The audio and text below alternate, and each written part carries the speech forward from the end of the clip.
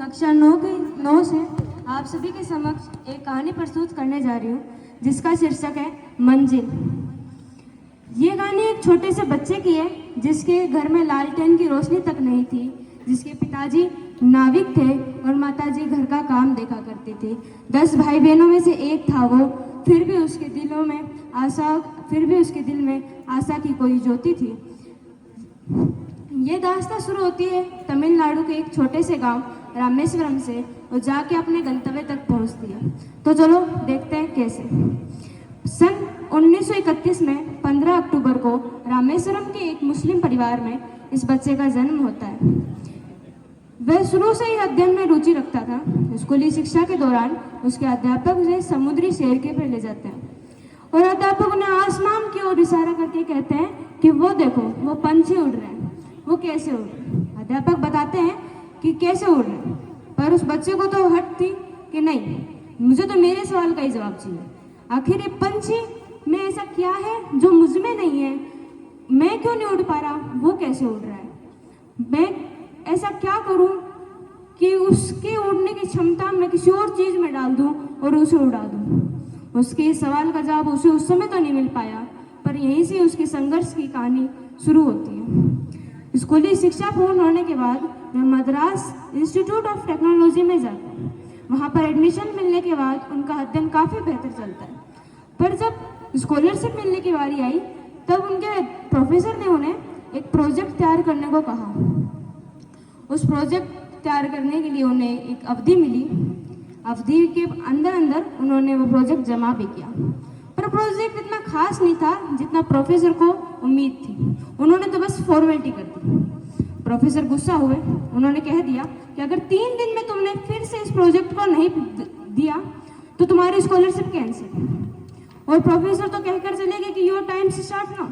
बच्चे के सिर पर तो टेंशन कि आखिर स्कॉलरशिप नहीं मिली तो क्या मतलब। आखिर उसकी दीदी ने अपने जेवर बेचे थे उसकी पढ़ाई के लिए, और अब अगर स्कॉलरशिप नहीं मिलती तो क्या फायदा।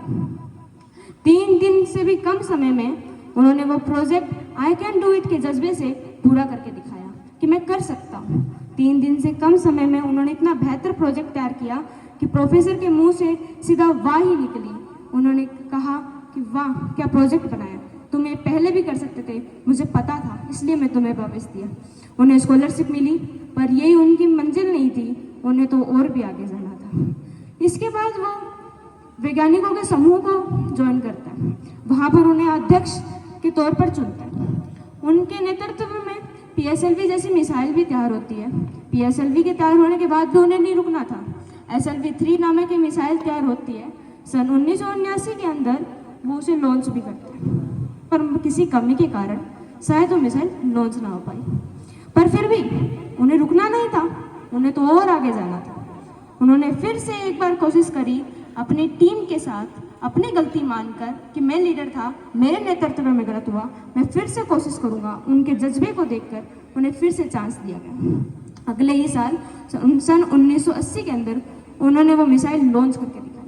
SLV-3 के लॉन्च हो जाने के बाद भी उन्हें नहीं रुकना था। इसके बाद उन्हें 1981 के अंदर पद्म भूषण से सम्मानित किया। उसके बाद सन 1982 में उन्हें DRDO के डायरेक्टर के रूप में अपनाया। DRDO के डायरेक्टर के तौर पर उन्हें तो और भी काम करने थे। इसके बाद उन्होंने इंटीग्रेटेड गाइडेड मिसाइल नाम से एक मिसाइल का आविष्कार किया। ये मिसाइल का कोई मकसद तबाही नहीं था, बल्कि और देशों को थोड़ा खौफ में रखना था कि वो भारत से नजरें तक ना मिलाए, भारत को ऊंचा लाना था। इनके नेतृत्व में भारत को विश्व शक्ति के अंदर 6ठे स्थान पर ला दिया गया। इसके बाद भी इन्हें नहीं रुकना था। काफ़ी प्रस्ताव उन्होंने ठुकराए, पर फिर भी देश की भलाई के लिए 2002 में ये 11वें राष्ट्रपति के तौर पर चुने गए। 2002 से 2007 तक इन्होंने राष्ट्रपति के पद पर कार्य किया। 2007 में इन्होंने इस्तीफा दे दिया, सिर्फ ये कहकर कि वो अकेले कुछ नहीं कर सकते। उन्हें तो एक पीढ़ी तैयार करनी है जो भारत को आगे लेकर जाएगी, और उन्होंने IIT गुवाहाटी के अंदर पढ़ाना चालू किया। 27 जुलाई 2015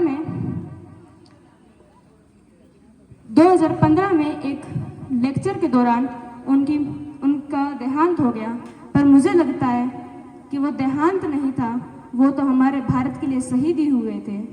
क्या अब आप लोग बता सकते हो कि वो महान व्यक्ति कौन थे?